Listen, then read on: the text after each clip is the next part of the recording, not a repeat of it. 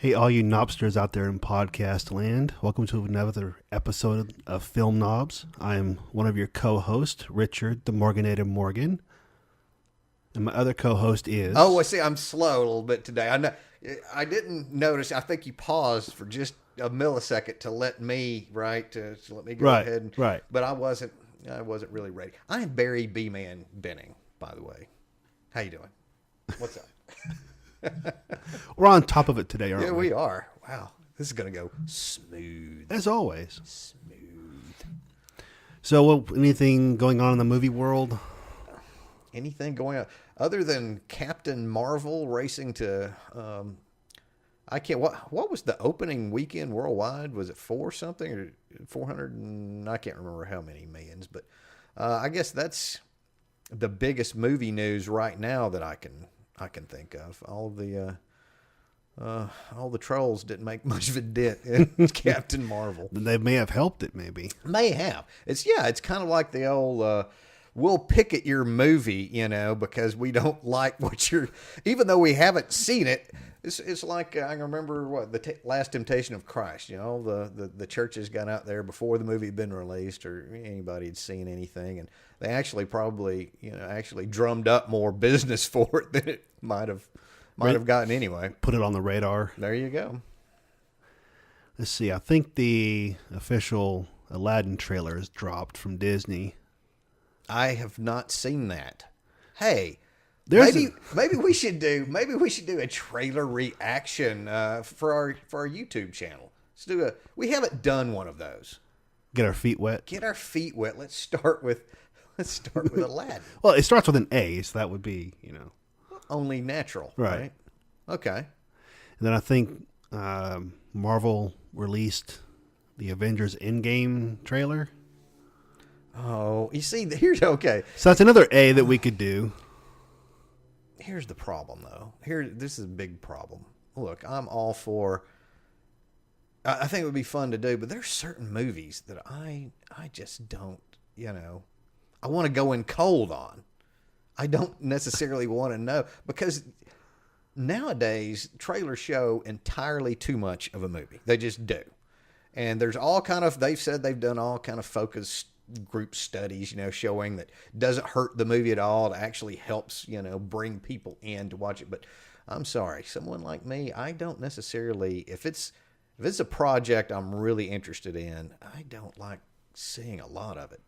Could you start putting the pieces together? Exactly. I've seen enough movies to where if I see enough, I can go, oh no, now I know how, I can almost, I can do the story beats. I go, oh, I think I know how this is going to go. And you're bit in the butt by seeing one frame of a film, right? Well, in Hereditary, there was an image captured on IMDb. I had one of the images there, and when I saw that, I didn't think much of it at the time.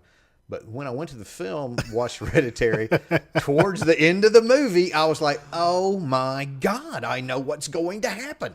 Because one stinking picture. One picture. It's a curse, having seen thousands of movies. What's like the first Mission Impossible movie, right? They had the helicopter. Oh, yeah, right. Right. Forgotten about that. Yeah, absolutely. So this is a very tricky situation for you and I right now.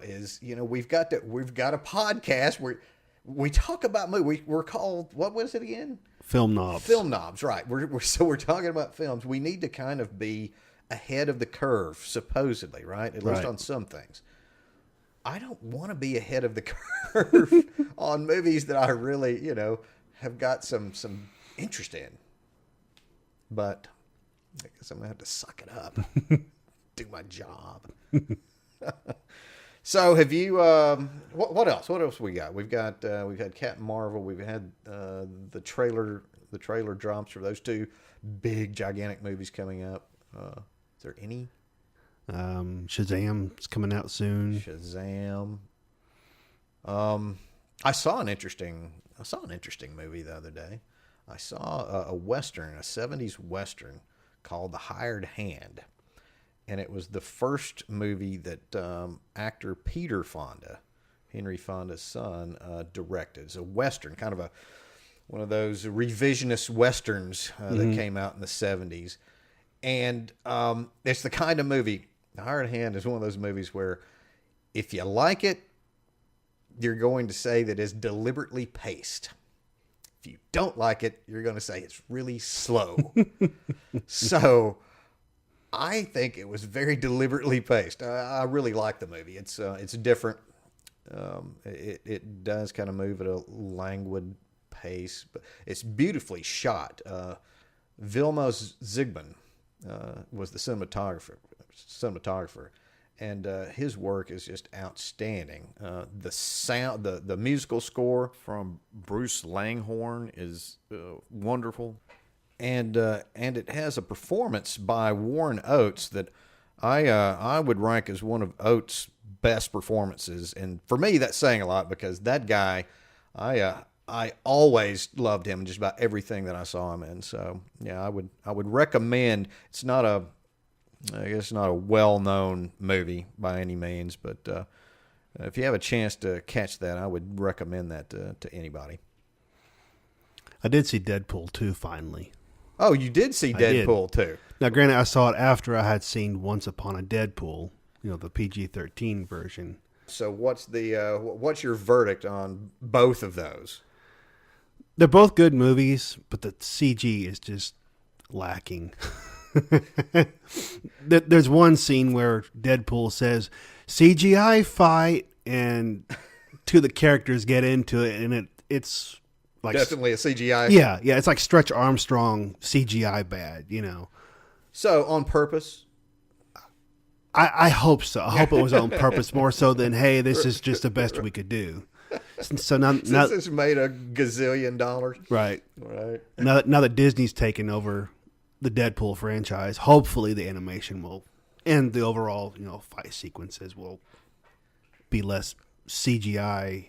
But is that not part of the charm of it? Is a little wink, wink, nudge, nudge, or are you not having any of that? It's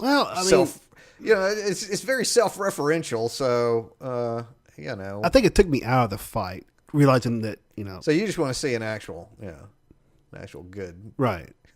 not a wink, wink. I mean, partial CGI fight, sure, but total CGI fight, unless you're watching an anime or something, animation, then you can kind of. But a live action movie, you're like, okay, where's the live action part of it? Well, me, I'm definitely for as much live action as I can possibly. Look, I know CGI has its place and it can really help sometimes, but sometimes it's like I'm not watching an animated movie. I'm not supposed to be. All right, enough carping. What are we going to talk about today? Well, I said you're wearing green. I am wearing green. So is that symbolic of something we're going to talk about? I think it might be. What's going to be funny about it is I'm wearing my green now, several days ahead of St. Patrick's Day. Right when it comes time, I'm sure because I never remember to wear. I think I've still got scars from being pinched throughout the years because I always forget to wear green on St. Patrick's Day. But to be fair, you also forgot your birthday recently, right? I would have if people, wouldn't have, if family members wouldn't have constantly reminded me. I would have been very happy about forgetting, and I would forget about it. All right, so what about? Let me ask you this: How much about St. Patrick's Day do you know? Do you know why there is a St. Patrick's Day? Not the real story. Well, let me clue you in just a little bit. I had to go and look to see what St. Patrick's Day is. All right, St. Patrick. He is the patron saint of Ireland. And St. Patrick's Day commemorates St. Patrick and the arrival of Christianity into Ireland. And it celebrates the heritage and culture of Ireland. So what does St. Patrick do? Okay. Well, a long time ago, and I can't remember exactly how long ago. Way back there. He was born in Britain, and some Irish raiders came in and kidnapped him, brought him back to Ireland, where they forced him into slave labor. Right? I believe he was a shepherd. And as he was tending his flock one day, according to St. Patrick, God came to him and told him that he needed to go back home. He needed to get out. He needed to escape and get back out. So he did that. He was able to escape, went back home, then became a priest when he was back home. Decided to become a priest. And after that, he thought his calling was to go back to Ireland and convert, the pagans. So he went back and did that. And he actually, it was alleged that St. Patrick actually drove all of the snakes out of Ireland. There's no snakes in Ireland, right? Can't find a snake, I guess, unless maybe it's a zoo. So allegedly St. Patrick drove all the snakes out of Ireland, even though there were never, ever any snakes in Ireland. That was kind of a metaphor for he drove, I guess, all the pagan thought out of Ireland. But anyway, that's that's the short story of St. Patrick. Wow. Cool. So now, and in honor of St. Patrick's Day, we have what, parades and we have parades and a lot of drinking. and wearing green and wearing shamrocks, because shamrocks actually were used by St. Patrick as a metaphor for the Holy Trinity. See, I have learned. Being a film knob actually is increasing my knowledge of all sorts of things. Movies are the start of a wonderful education for anybody. I mean, they're not just for entertainment? No. Oh, absolutely not. Although I would hesitate to tell people that they should get their history from movies. That's probably True. Not exactly. It's like, getting science from movies as well. Right. I mean, weird science and Back to the Future. Right. Exactly. Movies should be the starting point. That should be the thing that gets you interested in a certain subject, and then you can forget maybe the fact that you learned from the movie and go learn the real thing. Right. So being film knobs that we are, right? I assume we're going to tie St. Patrick's Day in to movies somehow. Well, we do.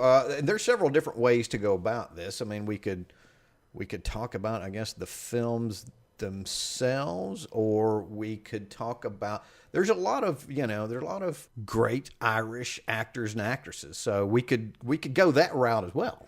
So, are we going to cover both those that are from Ireland itself, as well as those that are of Irish descent? Sure, why not? So when we can, we should probably try to maybe specify. Yes, thank you. It's going to be a long day. Specify, yes, is a fine word. Words hard me for speaking to, but let's do that. Okay. And give the true Irish, the people that were born there, a little, give them their due. Now, don't you also want to open with one of your favorite movies that has been shot in Ireland to set the tone? Was it shot in Ireland or set in Ireland? It was shot, at least the exteriors were shot in Ireland. I think a lot of the interiors were shot back in L.A. But when I think of Irish movies, there's one that comes to my mind, and that's The Quiet Man, John Ford's 1952 movie, where John Wayne plays a boxer that goes over. He's trying to get away from I'm not going to spoil the movie, but he's trying to get away from something in his past, and he goes to Ireland and ends up falling in love, and there's complications ensue. Let's put it that way. But it's just a gorgeously photographed movie, and I really don't know how they got it to look so good. I read somewhere where cinematographer Winton C. Hoke, who won an Oscar for shooting this movie along with co-cinematographer Archie Stout, said that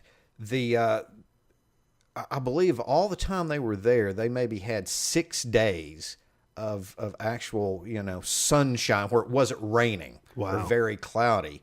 And that the conditions would change so quickly that he and his camera crew had like code set up to where, depending on what was going on at that very second, they could very quickly change their lighting schemes and get it lit right. But it was very complicated. So there's a lot of backstory to that movie about John Ford.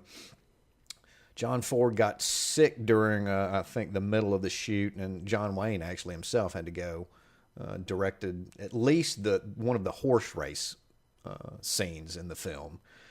And he was very depressed because Republic was the studio that was producing the movie, and they were notoriously skimpy when it came to budgets. So they weren't giving him what he felt that he needed for the movie, and he got into a big funk about it. And supposedly, I believe Wayne had said that he'd never seen Ford, so depressed about anything, that he was actually worried. For once, it seemed like that his movie might not be what he wanted it to be. But then afterwards, he was so happy with it, and he did get I believe he won the Oscar for Best Director that year for The Quiet Man. But he said that that was the most peaceful, and I can't remember the exact place that they shot it in, but it was the most peaceful place that he had ever been. So there was just a lot of wonderful things about that movie. Maureen O'Hara, I think when we think of Irish lasses, we think of beautiful red hair. Right. Well, she was Irish herself. I believe she was born, I don't know if she's born in Dublin or not, but she was Irish. John Wayne had Irish ancestry, had Irish blood in him. Barry Fitzgerald, who had a prominent supporting role, he was Irish. He was born in Ireland. So, yeah, that's the movie. Like I say, it's so many beautiful, lush green, shots, the scenery. I love that movie. Oh, and maybe the best fist fight, certainly one of the best fist fights in movie history that takes I can't remember how long. It takes up most of the third act, but it's great. And plus, Victor McLaglen, I forgot, also Irish, who plays Maureen O'Hara's older brother in the movie. He was like 60, I think he was 64, 65 years old when they did this terrific fight scene between him and John Wayne, right? And he was in ill health. And supposedly the at least the legend is that Ford was worried about the big fight scene the next day because he was in ill health, and he didn't know if he would be able to get what he needed out of him. And Ford was a notorious taskmaster as a director.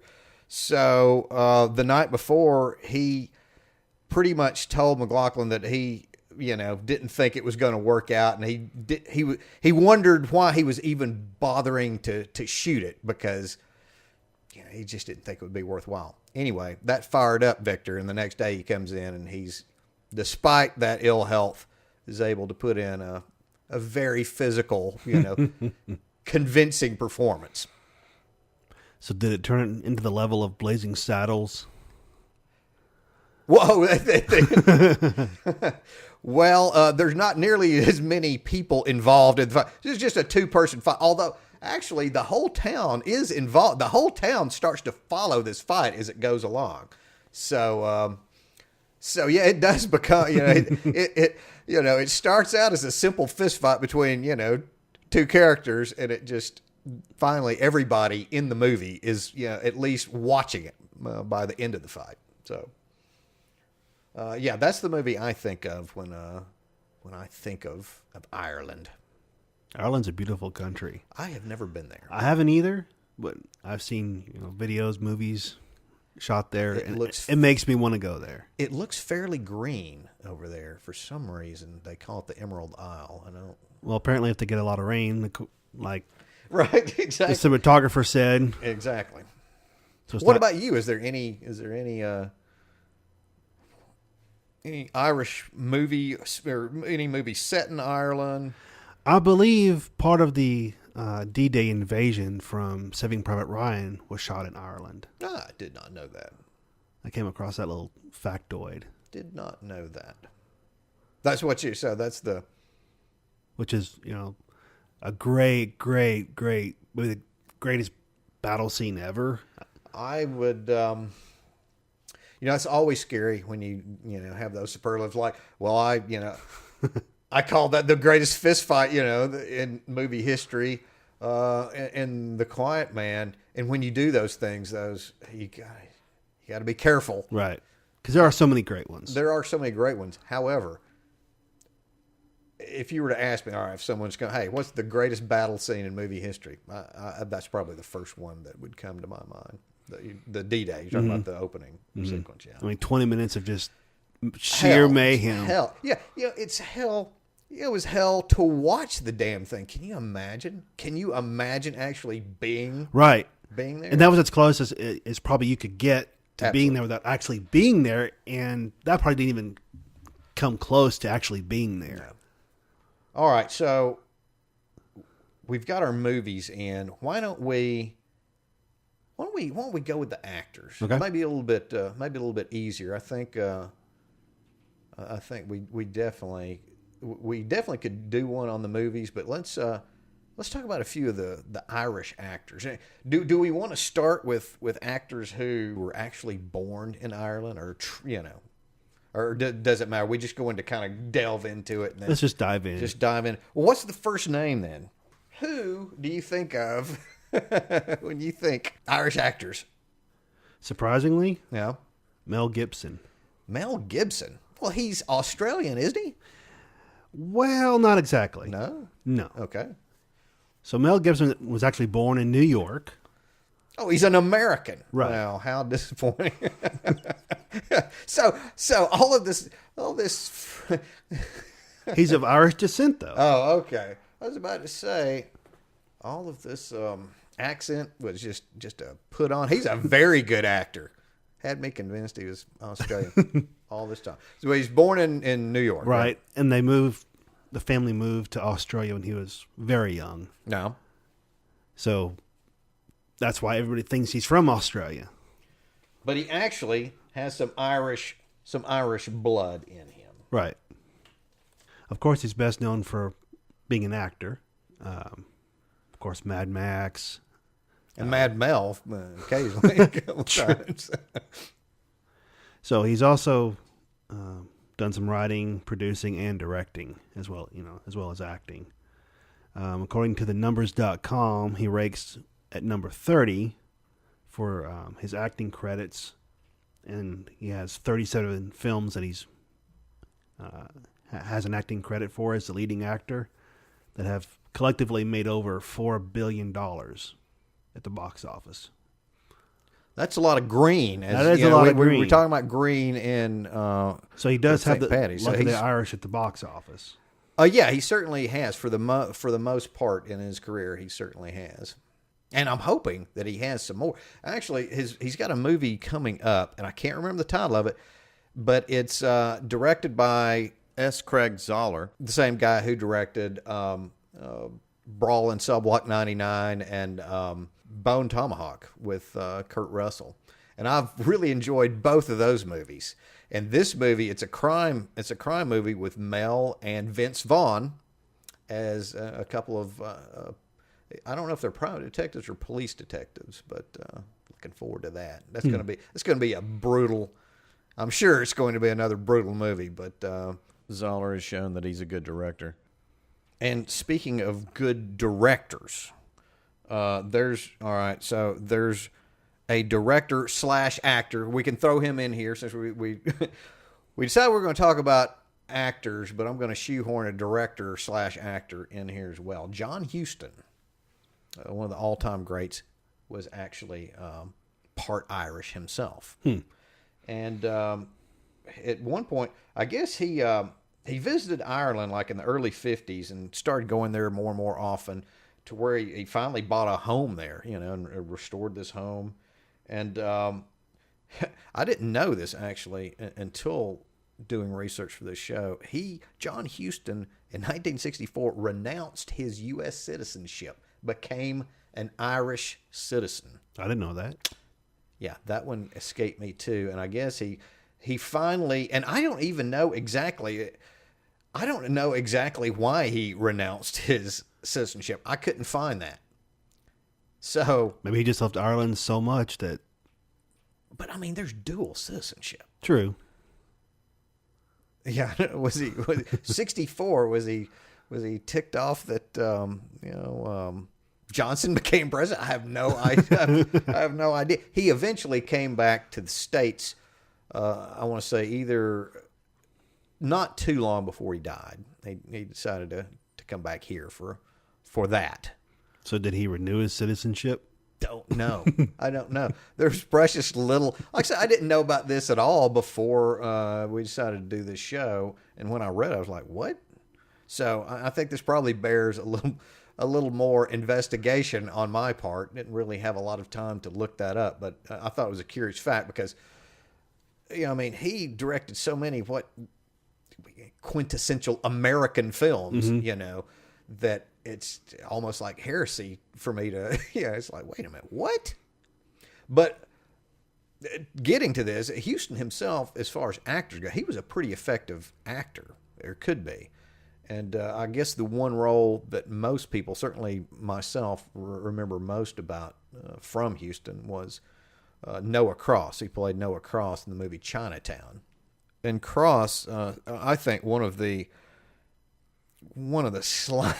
slimiest bad guys in movie history. Huston was so good in that part. Makes me, you hear all sorts of stories about Huston, and I can't say a whole lot. Can't say a whole lot about that character because that also would be kind of giving away something to somebody that hasn't seen it. But anybody who hasn't seen it knows exactly how slimy a character that is. Well, another great actor of Irish descent is Martin Sheen. Sheen, now is he? All right, he wasn't born in Ireland, right? No. It's just. Well, no, not exactly. I mean, his real name is Ramon Gerard Antonio Estevez. Not okay. So not a typical Irish name, right? not right. O'Herlihy or O'Connor or O'Shea. McGinnis or Right. Right. Okay. So now, what kind of? He's Irish from his mother's on side. his mother's side. Okay. All right. Did not know. Well, I can see that. I mean, right? I think I can see that.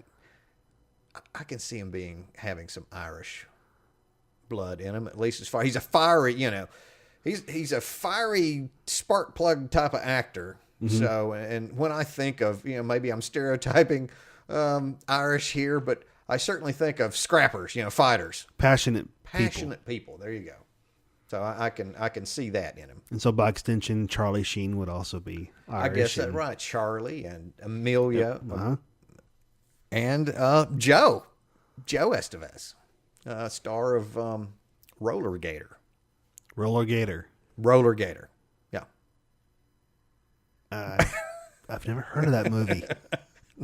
I don't think not too many people have. When I was going to film school down in Florida, I worked at a video store, and they had a section of just weird oddities, and I happened to notice Roller Gator in there, and I couldn't help myself and took that home, and it's something to behold, or actually, it's maybe it's something not to behold. Right. It was shot for $4.17. I'm pretty sure. A modest budget. They still overspent. It's probably still at $4.17. It was still over budget. Okay, so all right. How about I'm going to go with. Let me go with the next actor.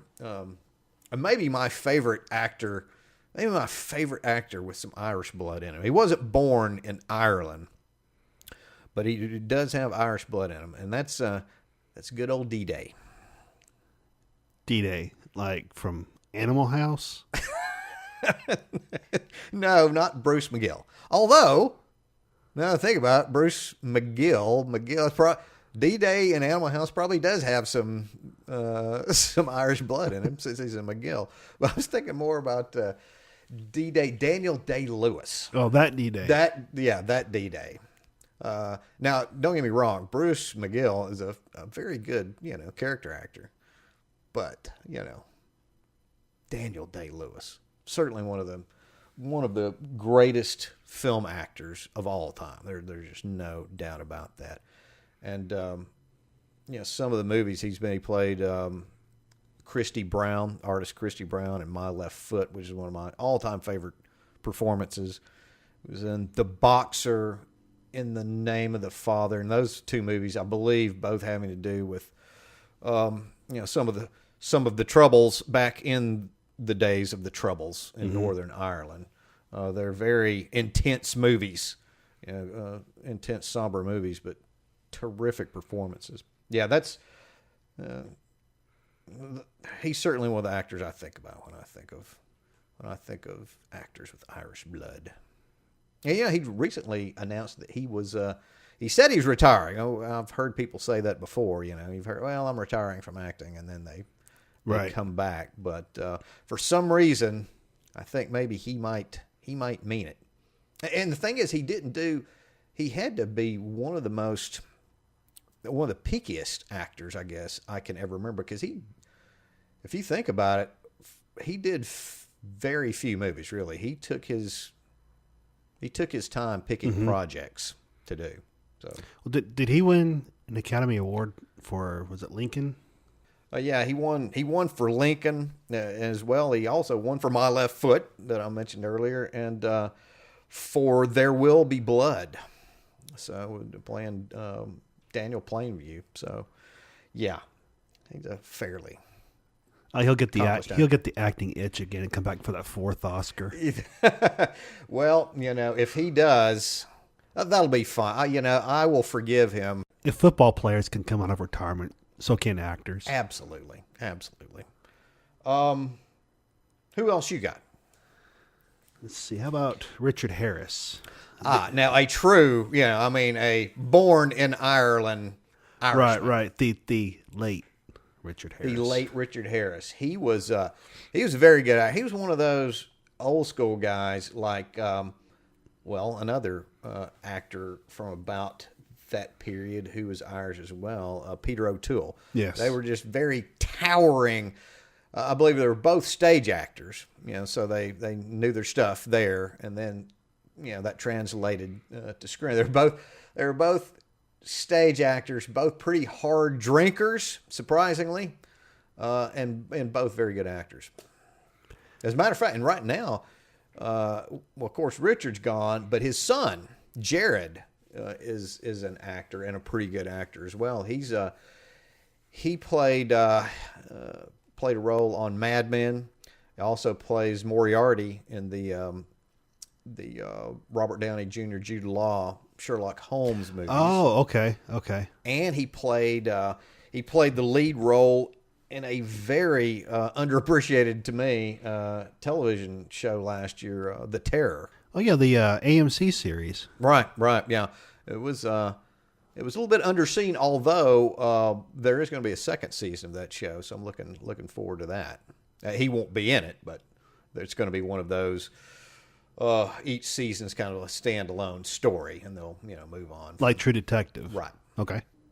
Oh yeah, and The Terror. Syrian Hines also in in The Terror with Jared Harris. He was born in Ireland. That guy's another those fine. It's funny. Both Jared and Syrian are both really good character actors. Cool. So Richard Harris is, I wouldn't say necessarily best known, but it could be best known for his role as Albus Dumbledore in the Harry Potter movies. Well, the first two Harry Potter movies. Right. And apparently the Harry Potter movies has an extensive Irish cast represented. The actor that took over the role of Dumbledore, Michael Gambon, is also of Irish. That's right. I forgot about him. And Richard was born in Limerick, Ireland. Limerick, Ireland. I wonder if he was a poet. Being from Limerick, that would be a... No, that was that's the only obvious joke that I could come up with there on short notice. I'm a film knob, not a literary novel. Literary. Although were an English... Although I should be. Right, I'm supposed to be at least a bit of a literary knob as well. And there's Fiona Shaw, Right. who is also from the Harry Potter movies. She played Aunt Petunia. And to irritate you some more, I'm going to go to another television show. Fiona is now in a show that I like quite a bit called Killing Eve with Sandra Oh.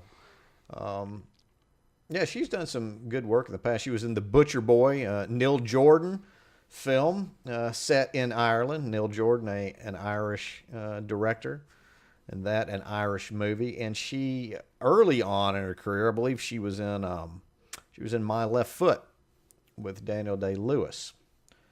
And well, that reminds me, another Irish actress born in Ireland, Brenda Fricker, actually won the Best Supporting Actress Oscar in My Left Foot, playing Daniel Day-Lewis's Christy Brown's mother in that movie. She's another fine actress. Well, and also there were two other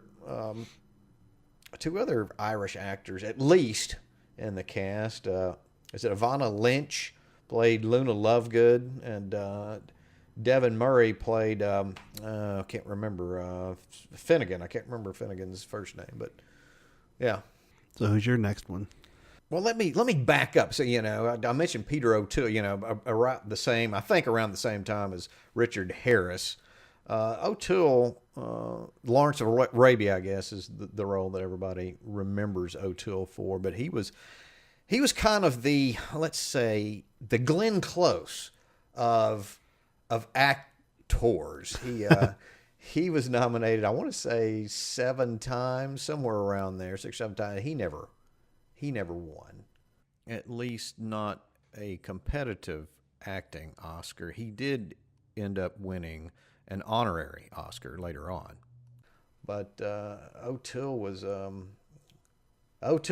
really good one. Here's a name that not a lot of people will remember, but I remember this guy because he played, again, I remember Good Bad Guys. I love a good villain in a movie. And Niall McGuinness played Dr. Carswell in one of my all-time favorite horror movies, Curse the Demon, or as it was originally known, Night of the Demon. Gabriel Byrne. We mentioned Hereditary earlier. Well, I'll just go ahead and say the image in question that I was griping about, it involved Mr. Byrne in that scene. Of course, Gabriel's had a fine career. First time I really remember taking note of him was in one of the Coen brothers' first movies, earlier movies, Miller's Crossing. And so I always liked Gabriel. Who else have we got? How about Colin Farrell? Colin Farrell. Yeah, he's another Harry Potter tie-in. He was in the Fantastic Beasts and Where to Find Them. Right. He was also in Widows that you did the review show for. Right. And he's in the upcoming Dumbo. Looking forward to that. 6 Degrees of Colin Farrell. That's right. Who else will? How about here's a Batman. How about Cillian Murphy, who played Scarecrow. Scarecrow, right? He's an Irishman. Yep, Batman Begins and The Dark Knight Rises. And Cillian. That's another. Have you noticed a lot of, or at least for me, a lot of Irish names a little hard to pronounce sometimes. I don't quite. I'm pretty sure I may have said Cillian Murphy, a few times early on when I saw him. Kind of like Donald Gleason, who has been very popular, here in the last few years. He was in Ex Machina, but it looks like, if you look at his name, it looks like and I actually saw him interviewed. He said he's been called Dome Hall, Dummin Hall, all sorts of, He said that, in order to pronounce his name, just think of the word tonal, and then just put a D on the beginning of it. So instead of, you got Dome Gleason. and you forget the M. There's an M in that name that is totally silent. Wow. So yeah, I have trouble pronouncing some of these names. Okay, back to a director / actor, kind of like John Huston. I guess I should have brought this name up earlier when I talked about Huston. Kenneth Branagh. Kenneth Branagh is, I believe, was born in Ireland. So, and Branagh, well, he's directing the upcoming Artemis Fowl movie, which I'm looking forward to. I am too. Got me curious, to say the least. He directed one of the better late '80s movies. His version of Henry V was really great. And how about Cole Meany? Cole Meany, engineer. Miles O'Brien. Right. In Star Trek, well, a couple of the Star Trek. Right. Next Generation and Deep Space Nine. Granted, which is back to TV. But he has been in several movies too. Yeah, he was in. He's been really. I remember him in Con Air. Con Air, right? The Snapper. Yeah. He's one of those solid character actors that you always love to see hanging around. Sam Neill, I believe, is also Irish. He was born in Northern Ireland, if memory serves me right. When he was a kid, his father was, I think, in the New Zealand Army or something, and they moved back to New Zealand, and Sam primarily identifies as a New Zealander. That's where a lot of his early film work was done. And most of the actors that we've mentioned in the show have been male actors. There are definitely some, like I said, there's some very good female actors. We've mentioned a few. And I'd like to go back to, Maureen O'Hara. I thought she was a terrific actress, to be honest with you. She co-starred with the Duke, and I think 5 or 6 movies. I don't want to say 6 movies. Maureen was in, she was actually in one of my favorite action adventure movies with Douglas Fairbanks Jr. It was Sinbad the Sailor, a late 40s movie that I have always loved. She was in one of the all-time great Christmas movies, classics, Miracle on 34th Street. She was the mother in, I believe, was she John Candy's mother in Only the Lonely? Right. Great movie. Yeah, Great movie. that was a terrific movie. And she was the mother also in The Parent Trap, the original Parent Trap with Haley Mills and Brian Keith. Right. And there's a weird bit of trivia. Whether this is true or not, I don't know. In my research, I found a couple of items. I saw one that said that Maureen O'Hara actually passed away while she was listening to the soundtrack, the score to The Quiet Man.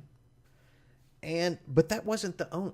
I also read that director George A. Romero, he of the Night of Living Dead fame, that The Quiet Man was one of his favorite movies, and that he too died listening to the soundtrack to The Quiet Man. Wait a minute. So do we have the real version of The Ring going on here? I don't know. It is rather bizarre. And now that I think about it, I tell you what, remind me, I don't think I'll ever buy that or ever get that soundtrack nor listen to you. I'm afraid. Yeah, I don't want to. That Film Knob, did you hear? He died while he was listening to The Quiet Man. It should have a warning label on it. Caution may induce death. But several other actresses, at least from what I've seen, I've seen claims of whether, I don't know if they're claiming they have Irish blood or if someone else is, but I've seen, well, Saoirse Ronan certainly does, and I believe she actually holds dual citizenship for the U.S. and for Ireland. I know that they traveled, back and forth quite a bit when she was young, and I think she kind of considers herself more Irish than American. Jennifer Lawrence. I've heard, I don't know Jennifer Lawrence. Well, if it's on a list, it has to be true. Right, Abigail Breslin. Like, if it's on a list, the Fanning sisters, Sarah Hyland, Emma Roberts, Lauren Cohen, and I believe now Ruth Negga, I think may actually be from. I think she actually is from Ireland. I think. No, hold on. Nope, just Irish descent. Not born in Ireland, but yeah. Quite a few. Is there anybody else that Olivia Wilde? Olivia Wilde. Seems like everybody, in Hollywood. I saw so many lists, so many names that. So the Irish are well represented. Well represented in Hollywood. You got any other names? I was going to toss out Michael Fassbender. Oh yeah. Which doesn't sound like a Irish name. Well, it sounds German. True.